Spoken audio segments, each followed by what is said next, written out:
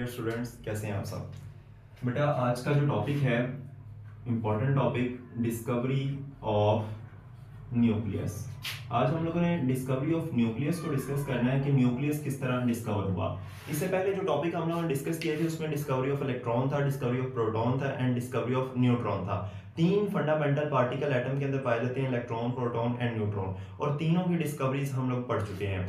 अब बेटा है एटम के सेंटर में जो न्यूक्लियस पाया जाता है, ये किस तरह डिस्कवर हुआ। तो याद रखना है बेटा, 1911 के अंदर एक साइंटिस्ट था जिसका नाम था लॉर्ड रदरफोर्ड। साइंटिस्ट का नाम बेटा याद रखेंगे, लॉर्ड रदरफोर्ड। लॉर्ड रदरफोर्ड ने बेटा एक एक्सपेरिमेंट किया, एक तजर्बा किया। ठीक है, उसने बेटा क्या किया, लॉर्ड रदरफोर्ड ने एक एक्सपेरिमेंट किया, तजर्बा किया। उसके एक्सपेरिमेंट को नाम दिया जाता है गोल्ड फॉयल एक्सपेरिमेंट का। उसने क्या तजर्बा किया था, गोल्ड फॉयल एक्सपेरिमेंट। ठीक है, सोने के वर्क के ऊपर तजर्बा। गोल्ड मतलब सोना, फॉयल वर्क को कहते हैं। तो इसने तजर्बा किसके ऊपर किया, सोने के वर्क के ऊपर तजर्बा किया। और इस गोल्ड फॉयल एक्सपेरिमेंट के नतीजे में किस चीज की डिस्कवरी हुई, न्यूक्लियस की डिस्कवरी हुई। तो इसमें बेटा इसने किया क्या, इसने गोल्ड फॉयल ली, यानी कि सोने के वर्क लिए, गोल्ड फॉयल लिया। और याद रखना है कि गोल्ड फॉयल बहुत ही बारीक पतले लिए, 0.00004 सेंटीमीटर जो है बारीक थे। जिस तरह डिफरेंट स्वीट्स होती हैं, मिठाइयाँ वगैरह होती हैं, उसके ऊपर चांदी के वर्क लगे होते हैं बहुत बारीक से, उसी तरह गोल्ड फॉयल इसने बहुत पतले लिए और उनके ऊपर बम्बार्टमेंट करवाई गई। उनके ऊपर क्या करवाई गई, बम्बार्टमेंट करवाई गई। ठीक है, किस चीज की बम्बार्टमेंट करवाई गई, अल्फा पार्टिकल्स की बम्बार्टमेंट करवाई गई। अब ये अल्फा पार्टिकल्स क्या थे, अल्फा पार्टिकल्स दरअसल हीलियम के न्यूक्लियाई होते हैं। जब हीलियम अपने अंदर से दोनों इलेक्ट्रॉन लूज कर देता है तो उसके ऊपर 2 प्लस का चार्ज आ जाता है, और ये जो हमारे पास बनता है इसको बोला जाता है अल्फा पार्टिकल। तो इसने जब गोल्ड फॉयल लिया, उसके ऊपर अल्फा पार्टिकल्स की बम्बार्टमेंट करवाई गई, तो उसके नतीजे में उसने 2 चीजें डिस्कवर की। ठीक है, गोल्ड फॉयल में उसने क्या क्या डिस्कवर किया, गोल्ड फॉयल एक्सपेरिमेंट में एक उसने न्यूक्लियस को डिस्कवर किया, और दूसरी चीज उसने एक्स्ट्रा न्यूक्लियर पोर्शन को डिस्कवर किया। ये आपको शॉर्ट क्वेश्चन में डिफरेंस में पूछा जा सकता है, difference between nucleus and extra nuclear portion. दोनों के अंदर डिफरेंस बिटवीन न्यूक्लियस क्या है और एक्स्ट्रा न्यूक्लियर पोर्शन क्या है, ये बात याद रखेंगे। और अभी हम एक्सपेरिमेंट के अंदर देखते भी हैं कि क्या है न्यूक्लियस, कहां पर है न्यूक्लियस, और extra portion, extra nuclear portion क्या होता है, और गोल्ड फॉयल एक्सपेरिमेंट क्या है। अब इसमें याद रखना है कि हमारे पास उसने कुछ सोने के वर्क लिए। ये हम सपोज करते हैं हम लोग सोने के वर्क बना रहे हैं। ठीक है, ये हम लोग क्या बना रहे हैं, सोने के वर्क बना रहे हैं, सोने के पेज समझ लें, सफ़े समझ लें, वर्क समझ लें। अब इसने क्या किया, आपको पता है कि अगर हम इसको एटम कंसीडर करते हैं तो एटम के सेंटर में क्या मौजूद होता है, न्यूक्लियस मौजूद होता है। ये सारे के सारे उसने सोने के वर्क लिए और इसने क्या किया, अल्फा पार्टिकल्स की बम्बार्टमेंट इनके ऊपर करवाई। अल्फा पार्टिकल क्या है, हीलियम के न्यूक्लियस जिनके ऊपर 2 प्लस का चार्ज।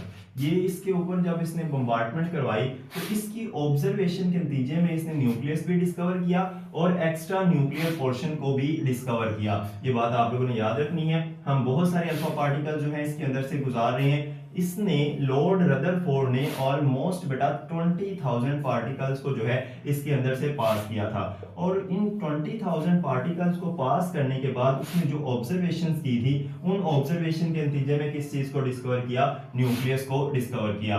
अब हम देखते हैं जैसे कि हम अगर यहाँ पर कोई एक अल्फा पार्टिकल गुजारते हैं तो अगर वो अल्फा पार्टिकल इसके साथ टकराता है तो वो अपना रास्ता चेंज करेगा। अगर हम यहाँ से कोई अल्फा पार्टिकल गुजारते हैं और वो यहाँ पर सेंटर पे जाता है तो वो भी अपना रास्ता चेंज करेगा। अगर यहाँ से कोई अल्फा पार्टिकल गुजारते हैं और वो न्यूक्लियस के साथ टकराता है तो वो भी अपना क्या है, रास्ता चेंज कर लेगा। अब बेटा आप लोगों ने यहाँ पर याद क्या रखना है, जितने भी अल्फा पार्टिकल्स जो है वो साइडों से गुजरे हैं, एटम के साइडों से वो बिल्कुल सीधे गुजर गए हैं, और अगर कोई सेंटर से गया है तो उसने अपना रास्ता चेंज किया है। अब ये चीज उसने ऑब्जर्व कैसे की, उसने यहाँ पर बेटा एक चीज लगाई थी जिसको हम नाम देते हैं फोटोग्राफिक फिल्म का। ठीक है, ये क्या कहलाती है, फोटोग्राफिक फिल्म। अब इस फोटोग्राफिक फिल्म के ऊपर उसने अल्फा पार्टिकल्स की जो है रास्ते को चेक किया कि वो किस तरह आ रहे हैं, कि इसने अगर इधर से अल्फा पार्टिकल को गुजारा है तो वो सीधा जाके इधर ही टकराया है, अगर उसका अल्फा पार्टिकल सीधा नहीं टकराया तो वो किस तरफ बेंड हुआ है, इस चीज को उसने ऑब्जर्व किया। तो उसने जब ऑब्जर्वेशन की, ठीक है, उसने ऑब्जर्वेशन करके हमें 2 बातें बताई। ठीक है, उसकी ज्यादातर ऑब्जर्वेशन में 2 बातें इंपॉर्टेंट थी। ठीक है, वो क्या थी, इसने कहा कि मैंने ऑलमोस्ट जो है 20,000 पार्टिकल्स को जो है पास किया, 20,000 पार्टिकल्स को क्या किया, पास किया, ठीक है, किसके अंदर से पास किया, इस गोल्ड फॉइल के अंदर से। ये आप लोगों को सारे के सारे क्या नजर आ रहे हैं, ये गोल्ड फॉइल है, सोने के वर्क है, और ये यहाँ पर क्या है, ये अल्फा पार्टिकल्स है, ठीक है, हीलियम के न्यूक्लियाई, जिनको बम्बार्ड किया गया किनके ऊपर, इन सोने के वर्क के ऊपर। तो उसने कहा जब मैंने 20,000 अल्फा पार्टिकल को पास करवाया इस गोल्ड फॉइल में से, तो तकरीबन almost all the particle passed undeflected, almost all the particles, जितने भी पार्टिकल्स थे वो पास हो गए, particle passed through the foil undeflected. Undeflected मतलब बगैर रास्ता चेंज किए, ठीक है, ये उसकी पहली ऑब्जर्वेशन थी। दूसरी ऑब्जर्वेशन उसने क्या की, उसने कहा कि अ फ्यू पार्टिकल्स, कुछ पार्टिकल्स जो हैं, a few particles deflected, deflect हुए एट लार्ज एंगल्स, बड़े जाविये पर, large angles, and very few bounce back, bounce back मतलब बिल्कुल वापस आ गए, bounce back on hitting the gold foil, ठीक है, ये बात याद रखनी है। अब देखिए दो उसकी ऑब्जर्वेशन क्या थी, उसने कहा तकरीबन मैंने 20,000 अल्फा पार्टिकल्स को जो है गुजारा, यानी बम्बार्ड करवाया, किसके ऊपर, गोल्ड फॉइल के ऊपर, जिसमें से ज्यादातर alpha particle, almost all the alpha particle pass through the foil undeflected, जितने भी आपको अल्फा पार्टिकल नजर आ रहे हैं तकरीबन सारे के सारे क्या हैं, सीधे गुजर गए हैं, ठीक है।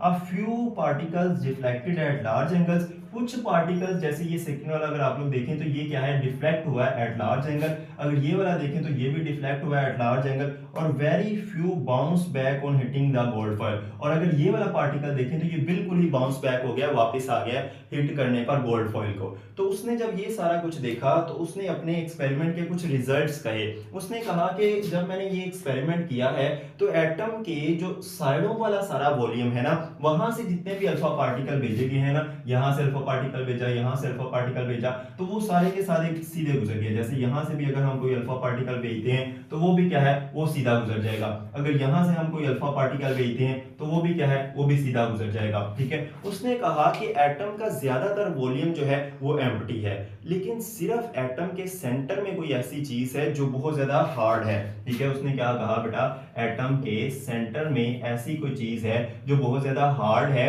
ठीक है, सख्त है, ठीक है, और वो जो है वो हमारे पास एक्चुअली में क्या है, वो न्यूक्लियस है, ठीक है।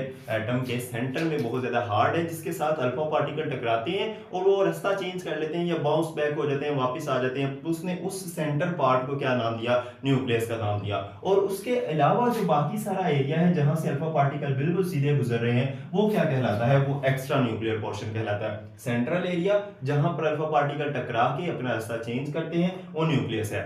और इस चीज को देखते हुए उसने ये भी कहा कि अगर हम देखें ज्यादातर अल्फा पार्टिकल सीधे गुजरे हैं, कुछ ही जो है रास्ता चेंज किया है, इसका मतलब क्या है कि जो न्यूक्लियस है उसका साइज जो है वो बहुत ज्यादा स्मॉल है, न्यूक्लियस का साइज क्या है, बहुत ज्यादा छोटा है as compared to the total volume of the atom. अगर हम पूरे एटम के वॉल्यूम की बात करते हैं ना, ये पूरा का पूरा एटम है, ठीक है, इस पूरे एटम के वॉल्यूम की निस्बत न्यूक्लियस का साइज क्या है, बहुत स्मॉल है, ठीक है, जिसका हमें किस तरह पता चला कि फ्यू पार्टिकल जो है बाउंस बैक हुए हैं, जो सिर्फ सेंटर में टकराए हैं, सेंटर से गुजरे हैं, उन्होंने अपना रास्ता चेंज किया है, बाकी सारे के सारे सीधे गुजर गए हैं। तो ये बेटा हमारे पास क्या था, गोल्ड फॉइल एक्सपेरिमेंट था, जिसके नतीजे में उसने जो है न्यूक्लियस और एक्स्ट्रा न्यूक्लियर पोर्शन को डिस्कवर किया।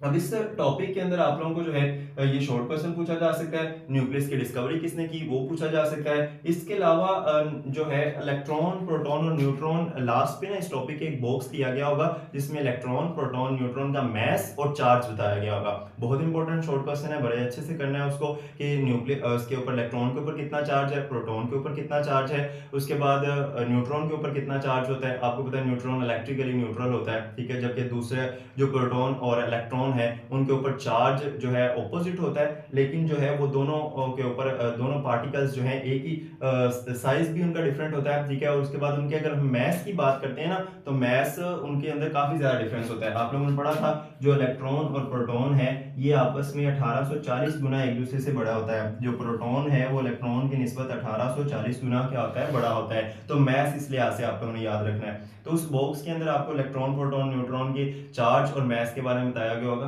बड़े अच्छे से याद कर लेना है, ठीक है। तो ये बेटा आज का हमारा टॉपिक था डिस्कवरी ऑफ न्यूक्लियस। किसने डिस्कवर किया? लॉर्ड रदरफोर्ड ने। कैसे डिस्कवर किया? गोल्ड फॉयल एक्सपेरिमेंट से। गोल्ड फॉयल एक्सपेरिमेंट ये था, उसके कुछ की पॉइंट्स ये थे, ठीक है। इसमें ये बात आप लोगों ने याद रख लेनी है। Thank you.